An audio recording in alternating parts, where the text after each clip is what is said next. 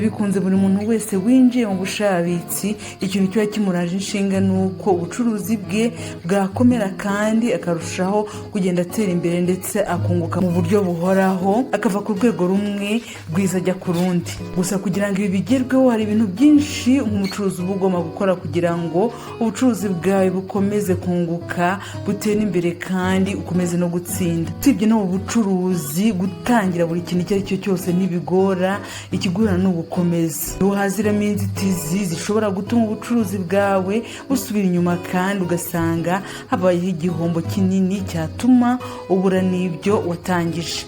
Nongeye kubaha ikaze mwese bahisemo gukurikira Kiberinka TV, muhawe ikaze bamikaze. Nitwa Diane, nashinze Kiberinka TV kugira ngo umunyarwandakazi aho ariho hose agire amakuru ahagije ku bijyanye n'imibanire, ubukungu ndetse no kwitaho. Ni guterakana kuri subscribe, rikamushishikariza gukora aka kanya kugira ngo uzacikwe na kimwe mu byiza duhora tubashyikiriza. Mu nyemerere nyuma y'akananga gatoya tugaruke twinjira mu nkuru yacu mu buryo bwimbitse. Nimucikwe.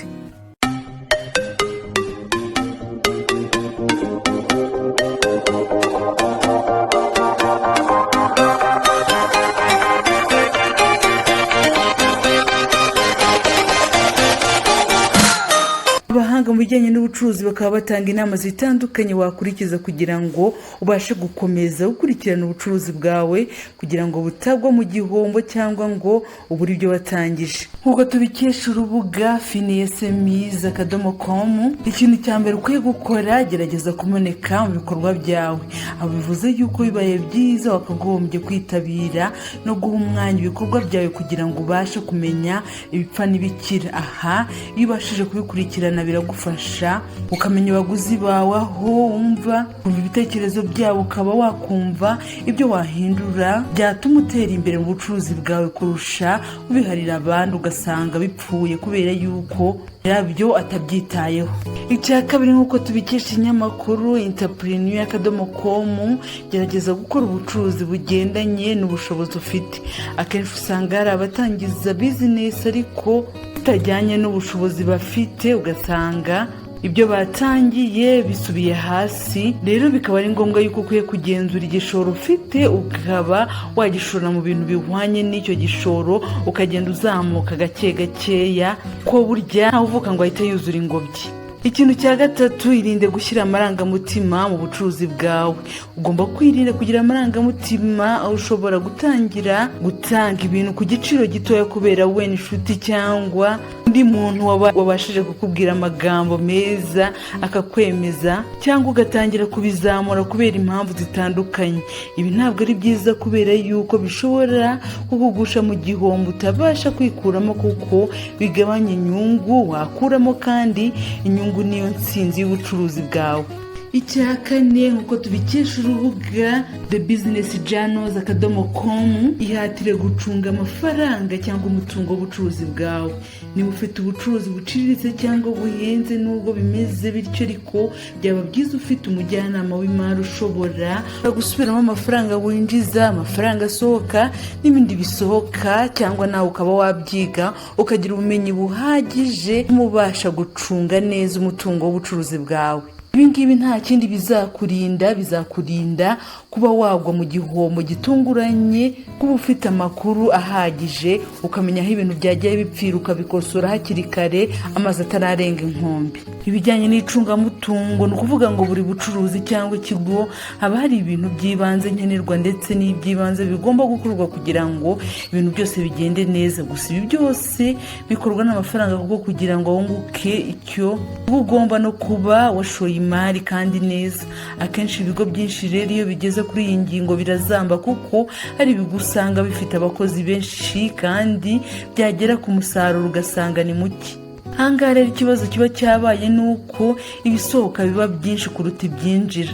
Iyo bigenze uko usanga cya kigo gifunze imiryango kuko niba asohoka aruta ayabunguka, bakorera mu gihombo. Ikindi bakora igihe gitoya bagatangira kubura yo guhemba cyangwa yo kwishyura ubukode bw'inzu niba bakorera mu nzu itari iyabo. Tugana ku musozo, benshi bibwira yuko gutangira ikigo cyangwa ubucuruzi runaka bafite amafaranga y'umurengera ari byo bituma batera imbere byihuse. Abandi bakiyumvisha yuko kugira abakozi benshi bizatuma bagera kure hashoboka cyangwa kugira abayobozi bafite amashuri ahambaye ari byo byabafasha. Gusa ibi byonyine nta hantu byakugeza.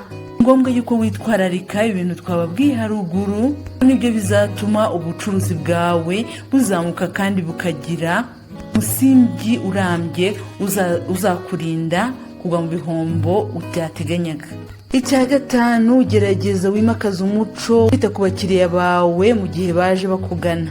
Gutita ku bakiriya bawe bishobora gutuma ubabura bikarangira ubucuruzi bwawe busubiye inyuma ukabura inyungu. Ugomba kugenzura niba uri kutanyurwa na serivisi cyangwa ibicuruzwa byawe binyuze mu biganiro ugirana n'abakiriya bawe no kwakira ibitekerezo byabo niyo waba ubibabaza. Ibi nubikora kenshi bizatuma ibicuruzwa byawe byihuta bive mu nzira, urangure byinshi kurushaho kandi bitume abakiriya bawe bahoraho ubagumana, atari kwa kundi unaza kugurira iwawe ntazongere kugaruka. Ikindi kandi, abakiriya cyangwa abaguzi ni abantu bakunda udushya ndetse n'umwihariko utandukanye ikigo kimwe n'ikindi. Rero ukwiye kuba wahanga udushya kugira ngo ube imbere y'abandi bacuruzi muhanganye ku isoko. Abaguzi bagakunda ibikorwa byawe kandi bakishimira ibyo ukora. Ushobora kuba uri kwibaza utese udushya nadukora gute?